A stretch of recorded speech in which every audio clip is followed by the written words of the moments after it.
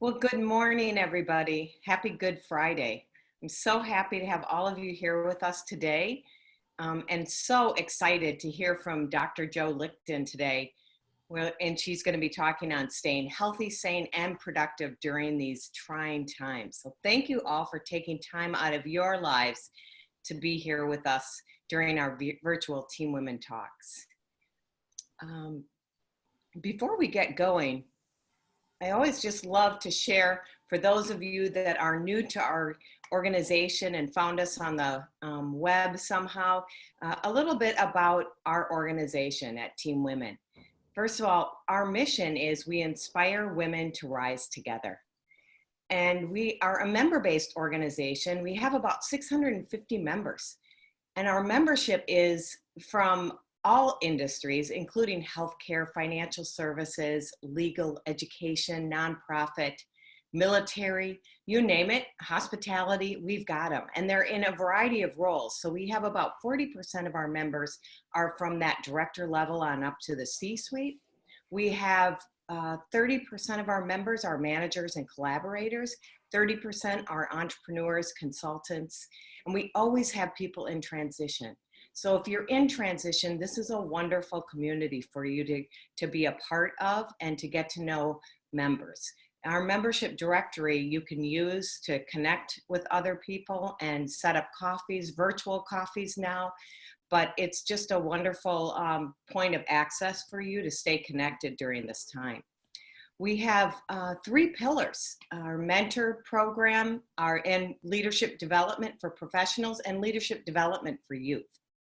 We're always looking for ways to connect you have opportunities to grow together, be inspired, and make a difference.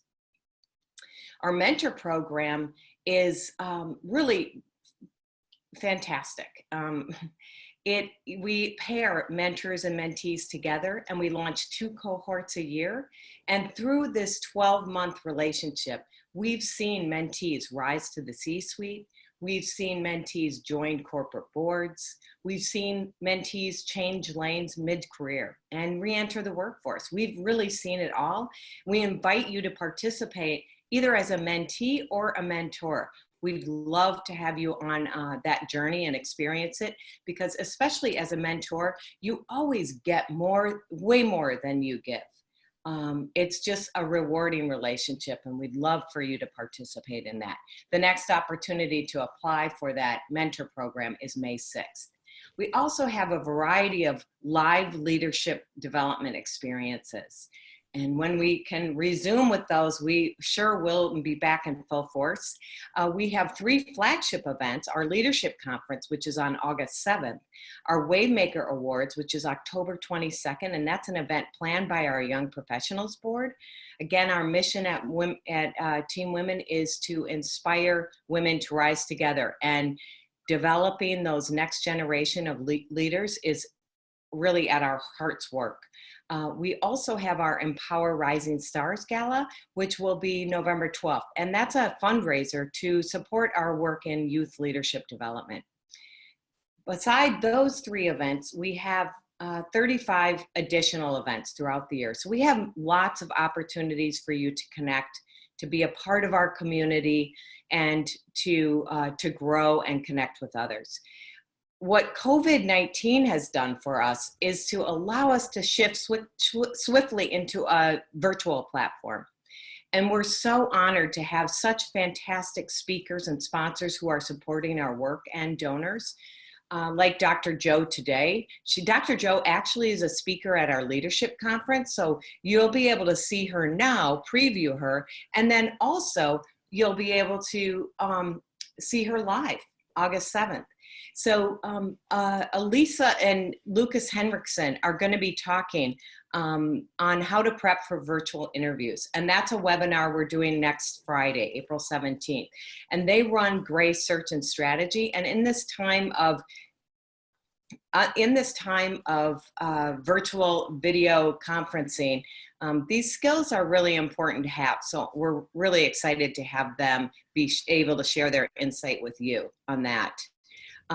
Right after The following week, we've got Erica Dvorak and Britt Nicholas, who are going to be some of our young professionals, and they're going to be talking about riding the waves of your career. What a perfect topic for this time. Both of them actually graduated during 2008. And so they know what it's like to be all excited and graduate and then walk right into, a high amount of unemployment.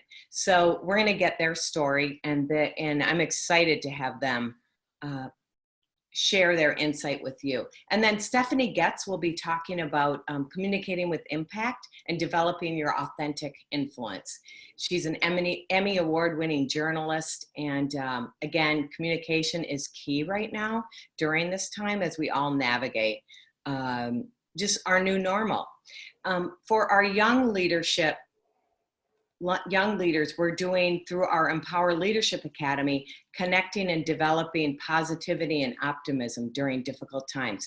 We're doing 4 sessions a week, actually, for our 6th through 8th graders and also 9th through 12th graders. And these have been so popular. Boy, we're now in 12 different states.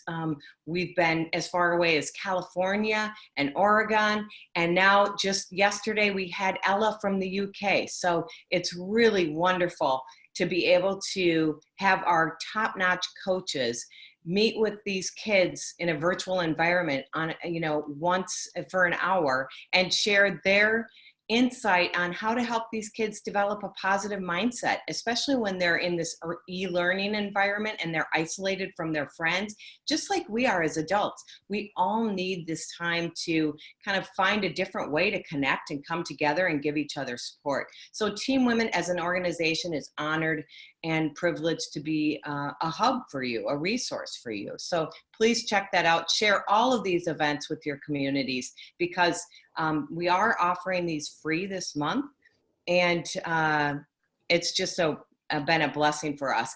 We wouldn't be able to do our work without our annual sponsors, and we're so grateful for their support, and always looking for more people that want to participate and donate to our work. We also are so grateful for our leadership conference sponsors. And now I know you're all here to hear from the great Dr. Joe. So you can see that I'm having a hard time, finding her this morning, but I'm going to go ahead and read her introduction and see if I can get her off the beach.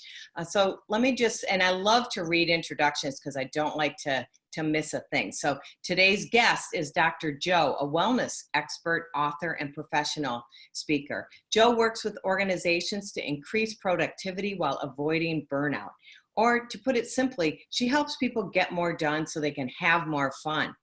We're all about that. Back in early March, when all her upcoming speaking engagements were suddenly canceled due to the pandemic, Joe bought herself a 1,000-piece puzzle and a half-gallon of chocolate chip ice cream, and not the low-fat variety.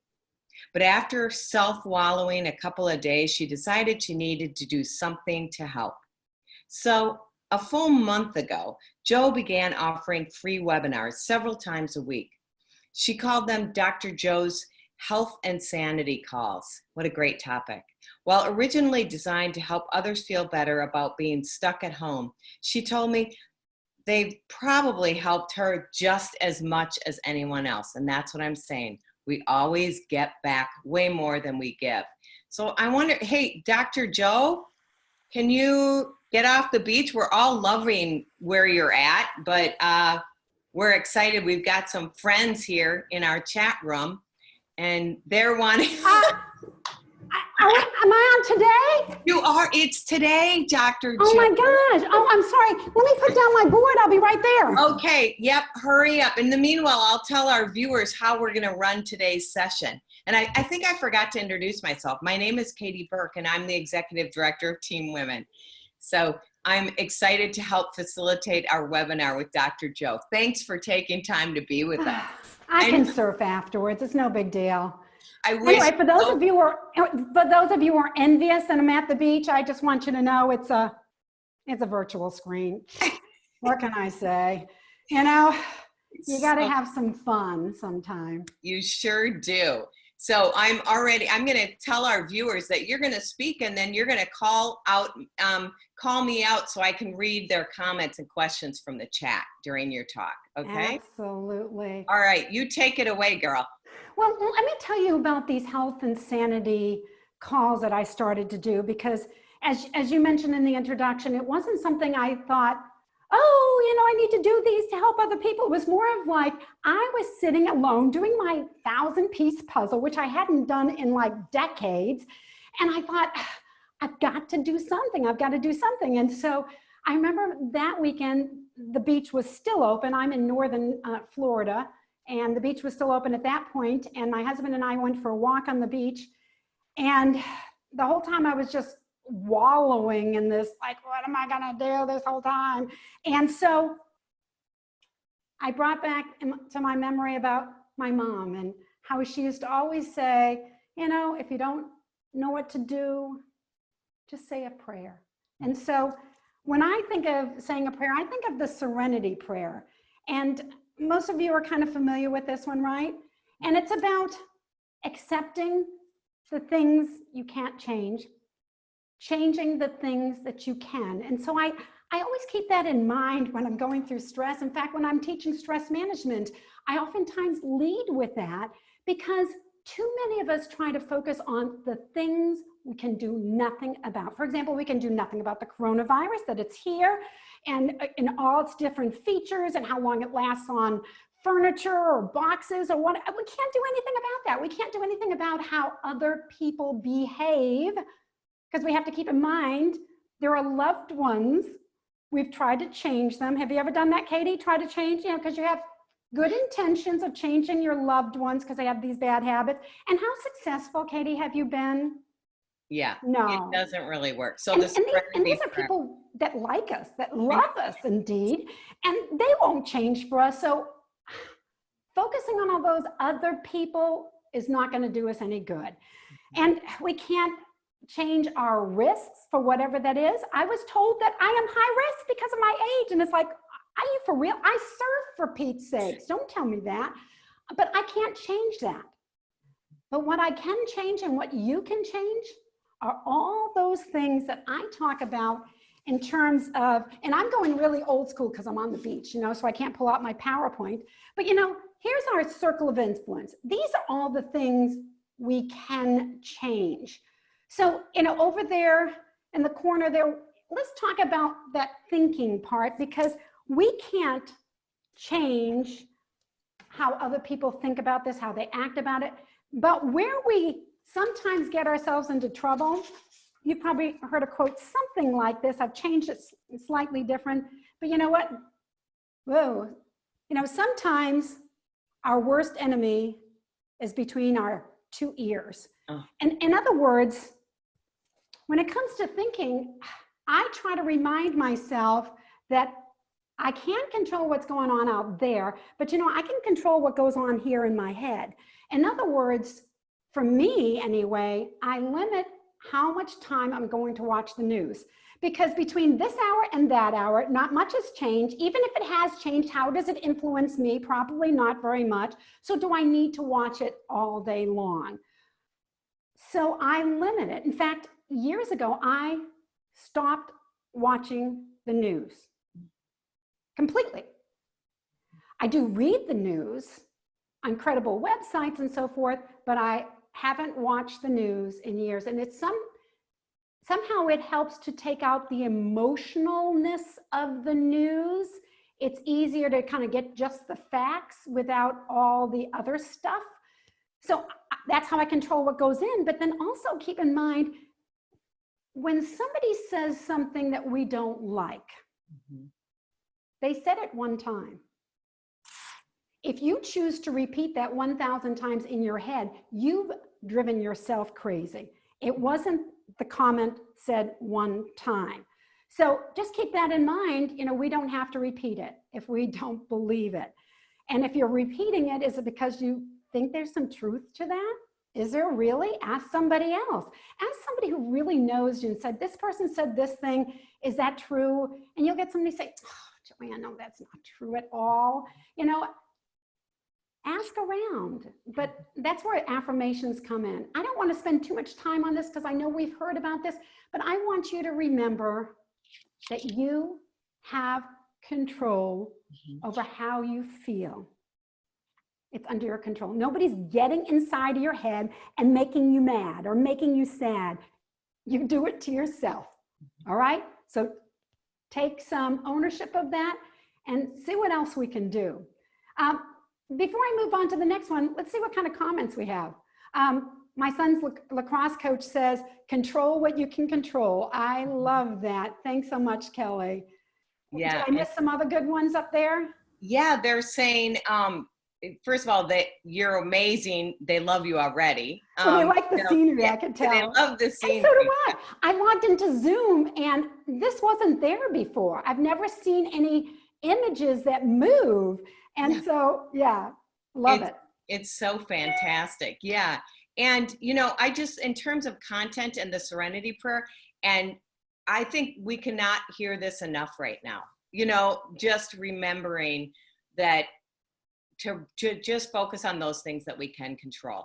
So it's just fantastic. And Lisa also says she hasn't had the TV on for over a decade by choice. Yeah. Choose what you take in. Yep, exactly. And Lisa, I have to say that my husband doesn't agree with my decision to turn off the TV. So I bought him, they're called TV listeners. And so it's not Bluetooth, it's radio waves. So anyway, he puts on his headphones to watch the news and I don't hear it. So it's not even that I don't watch the news. I make sure I'm not hearing that TV. I can't handle it. Just can't. I know it. Exactly. And both Carla and Tina are calling in from Wisconsin. So we're excited to have them. And Tina says, hello, Superwomen, from Tina in Wisconsin. Put on your superhero cape, stay in control, and keep kicking butt. Yeah, and Susan also says, don't forget the last line. The last line of that Serenity Prayer, right, is the wisdom to know the difference. The wisdom to know the difference. Absolutely. Stop beating your head against the wall about things you have no control over. I'll tell you, if you can get the Serenity Prayer down and understand what you have control over, what you don't, and the thing is, you only have control over you. Right. That's it. No control over anybody else. Even if you think you helped your child get potty trained, realize it's all within their control, right? Sometimes people say, no, it's not true. I've changed them. I got them potty trained. No, nothing. It's all within their control. One more comment too, Dr. Joe, from Amy. She says this is the third time in the last few days she's heard the Serenity Prayer. So she's actually printed it out and she put it in on her bathroom. It's a great mirror for the whole family. Yeah. Yeah. So, you know, the next area of circle of influence is how we eat. And I'm a PhD nutritionist, registered dietitian by trade. I don't work solely in the nutrition field. I'm more in the whole wellness arena because of my experience afterwards. But I got into this field of nutrition because of my own eating disorder. Oh. At age 16, I weighed exactly what I do right now, which is normal weight. And one moment I snapped and decided I was overweight and I dropped 40 pounds, as in 40, yeah. Wow. And so so that was the anorexic phase, and I went through the bulimic phase and the binge eating and all that. So when I talked about sitting down with a half gallon of ice cream, I really didn't binge on that half gallon of ice cream. But I did. You know, when I have a tough day, it's brownies and chocolate chip ice cream, but it's one bowl. But so I do have some comfort foods just like everybody else. But what helped me to recover, and for those of you who don't know this, eating disorders are a mental disorder. So a lot of times people think that you need the mental help, which of course I did. I probably still do. But at the same time, it wasn't until one of the dietitians helping me out, mind you, I was a dietitian at that point. One of the dietitians pointed out that food is fuel. And for some reason, that snapped in my brain and helped me to understand. So even when you think about like calories, people say, that has too many calories, I don't want to eat it. I want you to realize, and this is a, an image that I like to keep in mind, food is our fuel, just in the same way that we need gas in the tank to make the car go. We need to plug in our phones and our computers to make sure they work. Realize that we need food to give us fuel. And regardless of what Dunkin' Donuts says, have you seen their slogan? No. America runs on Dunkin', right? Oh, right. Because people think that caffeine or coffee gives them energy, when in fact, all it is a stimulant drug that makes us feel like we have energy. But 2/3 of all of the calories we require to stay alive is, or I should say 2/3 of all the calories we need or we eat in a day is just to keep us alive. In other words, for our heart to beat, for our lungs to breathe, for our brain to process all of that. And so people oftentimes say, I'm just sitting at my desk, I don't need to eat too much. And so they don't eat much during the day. They underfuel, they ignore their hunger, they live on caffeine and stress, which both make them feel more alert and then they get home and they wonder why they binge uncontrollably all until bedtime. It's because they underfueled during the day. And we know what happens when you go too long without eating. It doesn't do us any good. And I think a big problem with that is all the diets that are out there. And I know I was guilty of it as well. They teach you to ignore your hunger. I don't know how many times I've heard that. If you get hungry, just wait 15, 20 minutes and the hunger pains will go away. And you know what they do? But it's like, that's so stupid. I mean, if you have to go to the bathroom, are you going to ignore those signs? Yeah. No, right? So we need to actually be in charge of our body, listen to our body, respect our body. And for me, the turning point for all of this is understanding that food is fuel, that I need to fuel myself at least 3 times a day. And when you look at the research about all of this, it is truly showing that people who eat like 3 times a day and eat more even in the morning because they've just woken up from no fuel for whatever, 6, 8, 10 hours, right?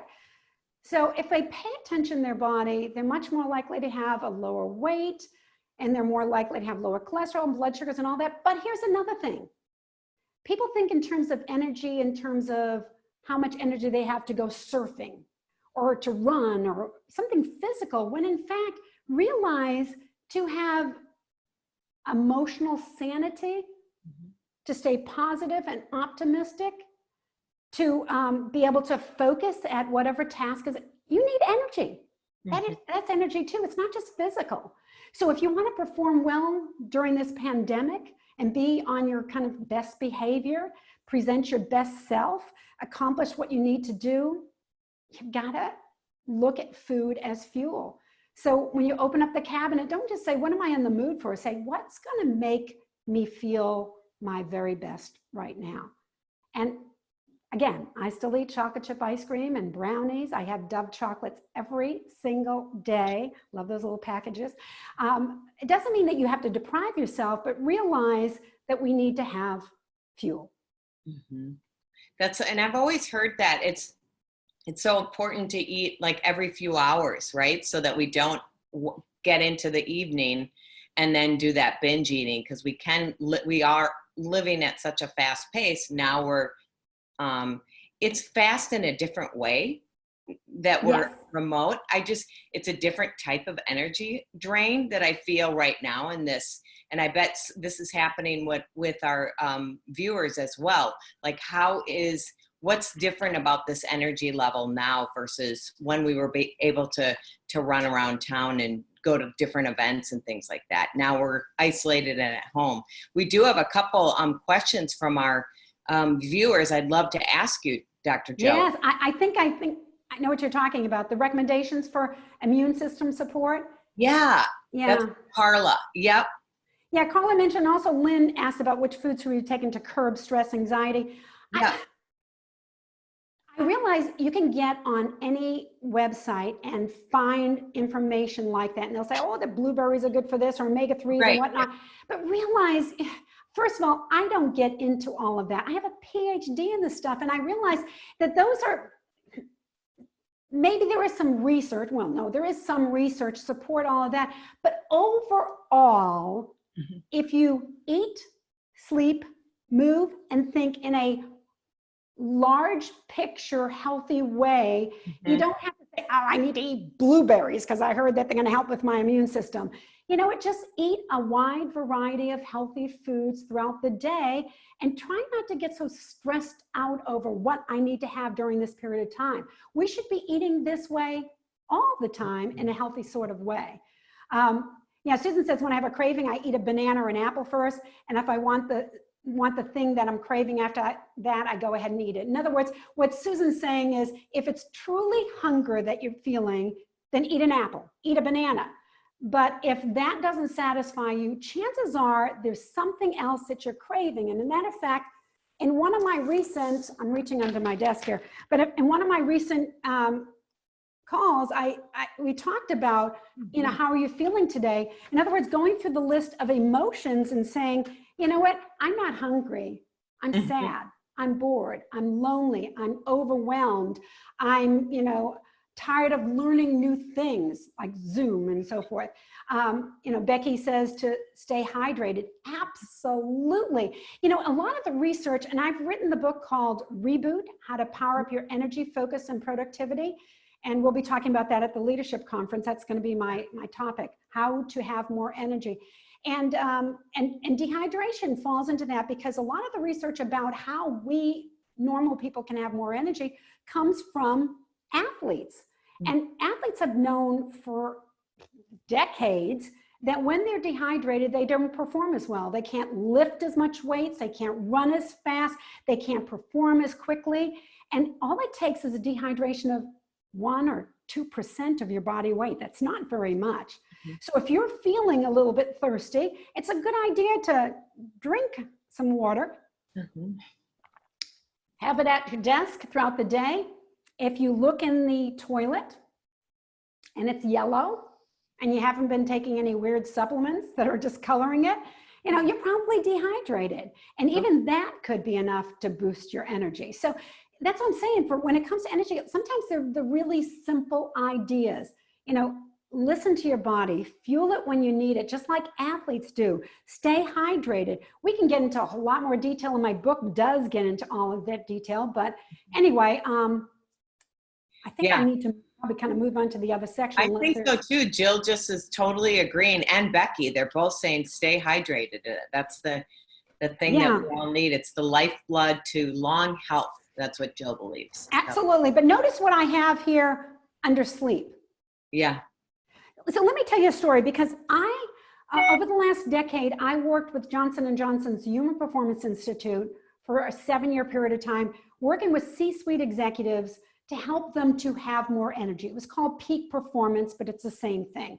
And these individuals came down to Orlando, where I was at that time, for 2.5 days, kind of intense programs, 11 hours a day, to help them to better manage their energy so they could perform better. Like I said, it's all about getting more done so you can have more fun.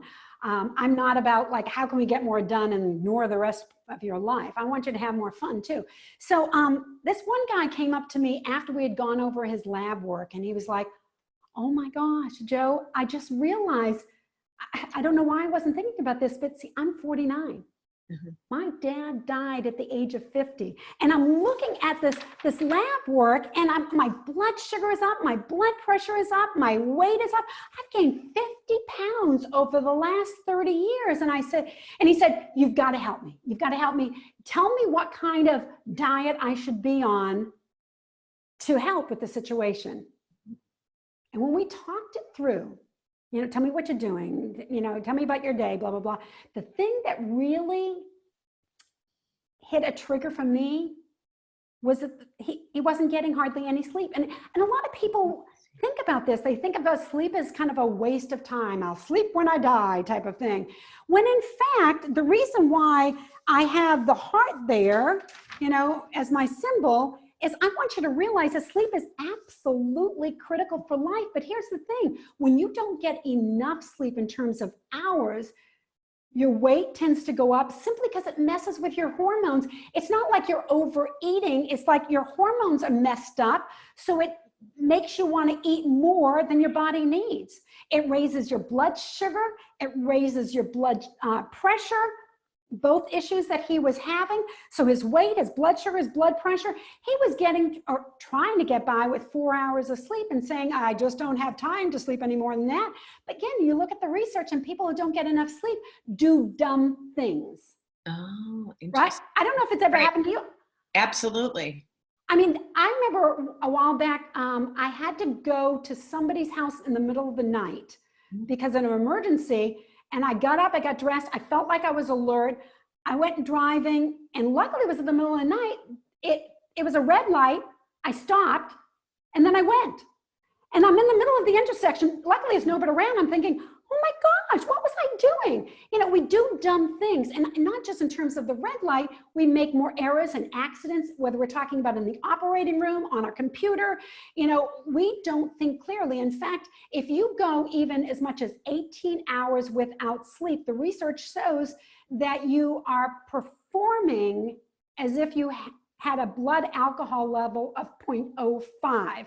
In other words, not quite drunk yet. When you get up to like 18 hours awake, then you're kind of legally drunk in terms of your performance. In other words, you're not going to detect alcohol in your bloodstream, but that's how you're behaving. And so many people have tried to get along with so little sleep using caffeine or stress to make them feel like they have energy. They don't know what a normal sleep level is. And so anyway, that's what I suggested to him. He finally did get up to 6 hours of sleep, which just meant getting to sleep a little bit earlier and try to get 6 hours of sleep. And he called me up one time and he said, you know what? I'm not up to 7 or 8 hours of sleep. I'm at 6. I'm doing pretty good. And he said, I realize I am not working longer hours. Because that's what he was thinking. Well, if I sleep 2 more hours, I'll have 2 hours less to work, and therefore I won't get my work done. And that wasn't true. Any tips on helping people with sleep? I've got like a long list of tips. Here's what I would suggest right now that we're at home. This would be a really good time to get in the habit of getting to sleep at a reasonable hour. We always say, and I can't get to bed before midnight because I have all these things to do. You know, you cut your commute out. Can you now get to sleep at a more reasonable hour? And then 1 hour before, so if you say I'm going to be asleep at 10, starting at 9 o'clock, start turning out the lights, turning off all the screens, your phones, your iPads, your TVs, because that light interferes with how much melatonin you produce. Most of us have heard of melatonin. We think we need to take a supplement of it. But when in fact, our body naturally produces melatonin if you give it a chance. But it's called the Dracula hormone. In other words, it only comes out in the dark. So if we give it a dark environment, your brain starts churning out melatonin, a hormone that makes you feel sleepy. And so just like we've been recommending to our kids for generations, you know, establish a nighttime routine. You say, at this time, I'm going to put on my PJs. I'm going to have a night snack if that's what you want. Brush your teeth, you know, read a book by a dim light, whatever it takes. Turn out the lights. That is so important. The light from the bathroom or underneath the door could be enough to prevent your body from producing the melatonin that it needs. Also keep in mind that alcohol and nicotine and caffeine, even if you say, oh, they help me to, you know, like alcohol, people say, I have a drink and I go to sleep earlier. But the thing is, it interrupts your sleep. And when we sleep in chunks of time. So these are sleep cycles. Each of them are 90-minute sleep cycles. This is going into deep sleep here early in the evening. And once we've met our deep sleep requirement, we have lighter sleep. Deep sleep is when our body recovers, helps to regulate our weight, our blood sugar, our blood pressure, all those kinds of things. And then once we've met that requirement, then we move into REM sleep. Well, we have REM sleep throughout the night, but you'll notice that here's our REM sleep at the top. It gets bigger and bigger and bigger as we go through the night because we have more time for dreams, which help with our emotional health, right? So they're both important. And if you wake up in the middle of the night, and alcohol does, same thing with nicotine, can cause you to wake up even if you don't remember that you've woken up. So, you know, in other words, you go into a light state of sleep, and every single time you wake up throughout the night and you're in the middle of a sleep stage, your body has to start all over again. It's like playing Monopoly. You have to go back to go and start again. And so for those of you who can remember, maybe you've had little kids at home a while back. For me, it's been a long, long time. But remember how they woke you up every half hour and how exhausted you were? And you said to yourself, I slept 10 hours. Why don't I feel rested? It's because you were interrupted throughout the whole night. Your body cannot recover with interrupted sleep. So get that snoring partner some help, or move into the other bedroom if that's what's bothering you. Get the cats and dogs out of there if they're bothering you. If you're sharing your bed with kids, realize they can do the same thing. Again, even if you don't, you know, recognize that you're waking up, if you're feeling exhausted and you're getting enough sleep, I bet you're getting interrupted. So yeah, I could talk forever about getting a good night's sleep, Katie. And this is really spurring some great conversation from our viewers too. And they're all sharing tips on how they get to sleep. We had one question from Matilda about using melatonin as a supplement. Do you have thoughts on that? So melatonin has been shown to help with people who are suffering from jet lag, people who are traveling the country, well, traveling the world, and are having a hard time reset. Because basically, when you go 3 hours, so for me, you know, from Florida to California, it's not so bad the first night because I just have to stay up a little bit longer. We can do that. But coming back, now I have to go to bed earlier. That's a little bit tougher. So people have found, and the research supports, that melatonin does help you to get to sleep faster and stay asleep, maybe 3 to 5 milligrams in these kind of situations. But when they look at melatonin in terms of, will it just help me get to sleep faster? It's so insignificant, it's not worth your money to spend it. Instead, I really encourage you all to produce your own melatonin. I wear an eye mask. Where's my eye mask? Next to your surfboard. Actually, this is in my office because if I take a nap in my office, even then I wear an eye mask because that really completely darkens an environment and allows your body to produce the melatonin that you need. So we can do it ourselves. And yes, I know you've heard as we get older, we don't produce as much. And I know about that. But you know what? We are all quite capable. A dark environment, a chillier environment, enough so maybe you have to wear socks and pull the covers up. I don't like to pay attention to the like people say 68 degrees. No, 68 degrees would freeze my butt off. Everybody has a different perfect temperature, but something you can snuggle up in bed with. And also dark environment, I use a sound soother. So it's an air purifier is what it is. But you can actually use your phone, like an app like that one that I played in the beginning with the beach. Yeah, I loved it. Yeah. But something kind of to drown out the outside noises. And people will say, gosh, didn't the storm keep you up last night? No, I drown it out with something like a white noise. Yeah, for me, listening to you is just the reminder about having that nighttime routine. It's just as important as our daytime routine, the nighttime routine to get to sleep. Absolutely. So, I know, I mean, and I think that we've had such great tips here. Rachel Paulson's asking if a Fitbit helps us with sleep. If it works well for you, I don't like wearing a watch. There are sleep apps you can get on your phone, and I've got them in here someplace. Or Mine's just called, he's asking if it accurately tracks your sleep cycle. Sorry. no, it doesn't. Isn't that funny? Oh, yeah. But you know what? Here's what it is. Because I've got a bunch of different sleep apps. No, when you look at the research about those apps, no, they're not 100% effective. Back in the olden days, you put it on the bed next to you and it would measure movement.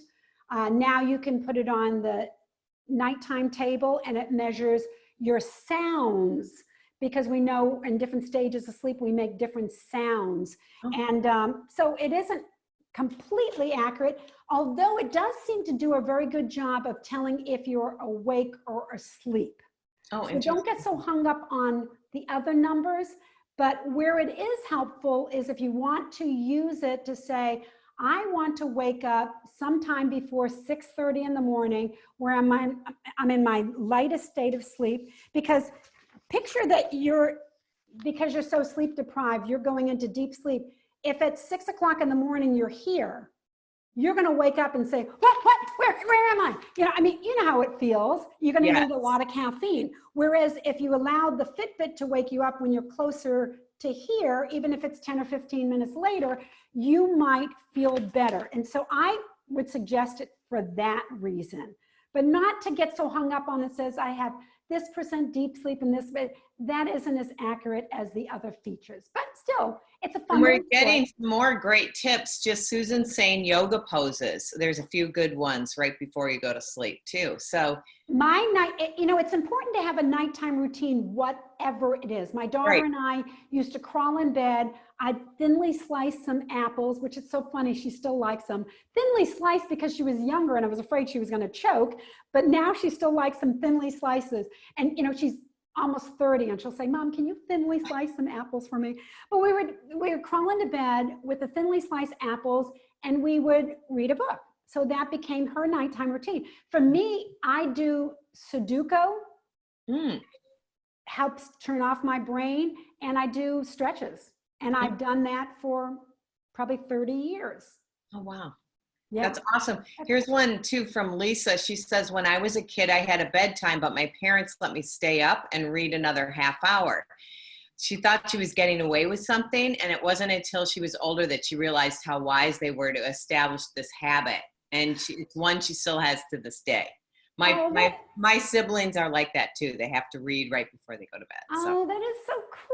Yeah, it's so fun. So we've got about 3 more minutes, and I know I want to mention just quickly this last one, Move. And do you see it's a stopwatch with a smiley face in there. So let me tell you about this. First, the stopwatch. I don't know if you've kept up the research. If you look at like how much you should exercise, it gives us so much like, oh, I have to do all that. It's not fun. So I want you to know the research now shows that any bit of exercise counts. So in other words, if you go for a 10-minute walk in the morning, you take the dog for a 10-minute walk in the afternoon, you go for a 10-minute bike, you've gotten 30 minutes of exercise. In addition, if you're at your desk and you want to like jump rope for a minute, that counts. If you're bored on a webinar and you want to walk around the dining room table, that counts as exercise. And I know some of you are saying, oh, but that's not intense enough, blah, blah, blah, you know. It still counts for conditioning your heart. You can make it go as hard as, like for example, jumping rope for a minute. If you haven't done it and you don't even have a jump rope, do a fake jumping the rope. I guarantee you're gonna get your heart rate up. In fact, I have on my YouTube channel, the 1-minute workout that I've been doing for 30 years. I used to call it the hotel room workout because it was in a hotel that I did it when I was traveling. But it's basically, well, you'll have to look at it. Let me give you that. And let me just end with one little story. And that's, you know, here's what I'm taking away from this talk is, I love it. You're taking away a lot of pressure that you get caught up in certain diets or certain foods that we have to do, or you have to do that. Like I hear myself saying that intense workout, it doesn't count if it's only 10 minutes. So thank you for doing that. And Katie, what that does to our psyche is we say, I don't have time to do it right. I'm not going to do it. Right. Exactly. Yeah. So you know, on social media, I'm Go Dr. Joe, so you can plug it in YouTube and look at the 1-minute workout. But let me just end with one little story. This had to do with my daughter. Back when she was in 1st grade, they were all in one class. When they're in 2nd grade, they would switch morning here, afternoon here. And in the 3rd grade, they had their own schedules. Some people went to art, some people went to PE, some people went to science, and they had to switch all by themselves. And when she learned this at orientation, she was like, Mom, I'm gonna get lost. And she was so freaked out. So I made sure that I was there when she got off that bus the very first day. And I said, how did it go, Allie? How was school? I said, what was your favorite class? Want to guess? Yeah. Gym. You know what? It's interesting because she said recess. Oh. I thought it was going to be lunch, actually. Yeah, okay. But anyway, she said recess. And I said, so you liked gym class too? And she said, no, I don't like gym. Oh. I said, what do you mean? Why, if you like recess, why don't you like gym class? And I wrote this down in my journal, so I know what she said in the 3rd grade. She said, Mom, in gym class, you have to wear a uniform. You have to follow people's rules. And you can't do what you want to do. At recess, you can go out there and do anything you want. And I thought that was so poignant, I guess, because most of us think about working out, exercise, whatever, as gym class, when in fact we should think of it as recess. I have to say, one of the things that I've really gotten a lot out of this coronavirus pandemic period of time of quarantine is my husband and I live 9 minutes down from my daughter, her husband, and their 2.5-year-old daughter. And we decided at the time of this, it's been now 4 weeks, we would isolate except for us 5 because she needed my help in order for her to continue her full-time job with Paisley not being in daycare. And so I have spent half, the workday with Paisley. Well, I say workday, I don't work. I'm hanging out with my 2.5-year-old granddaughter.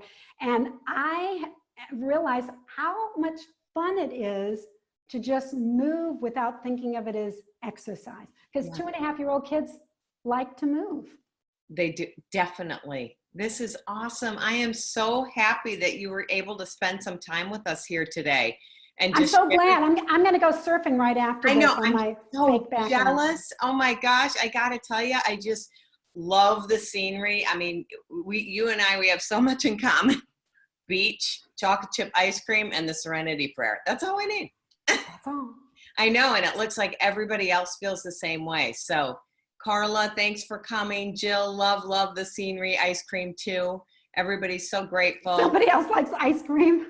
Yeah, Jennifer Schultz. Oh, I'm glad you were here, Jennifer, too. Such an enlightening presentation. Bob McNamara says, thank you, great content. He loves the beach too. Yeah, go to any kind of comments or questions that I didn't answer, please email me. Easy, it's drjoe@drjoe.com. There is no E in my name, Dr. Joe. Right. People want to type that in and sometimes auto-correct. Yep, definitely. And also too, follow her on social media. You do great posts on LinkedIn. So please look for her on LinkedIn because she always has some inspiring quote. And just words to live by. That'll. Well, plus they can sign up for the health and sanity calls. I have them Monday, Wednesday, and Friday at 1 o'clock. So I've got one starting in about an hour. Oh my gosh. Okay. That's awesome. Yeah. Thanks so much for bringing all your energy and great spirit our way. Can't wait to meet you live. Bye. All right. Bye, friends. Bye. Happy Easter. Happy Passover. Happy Easter and Passover. Yes.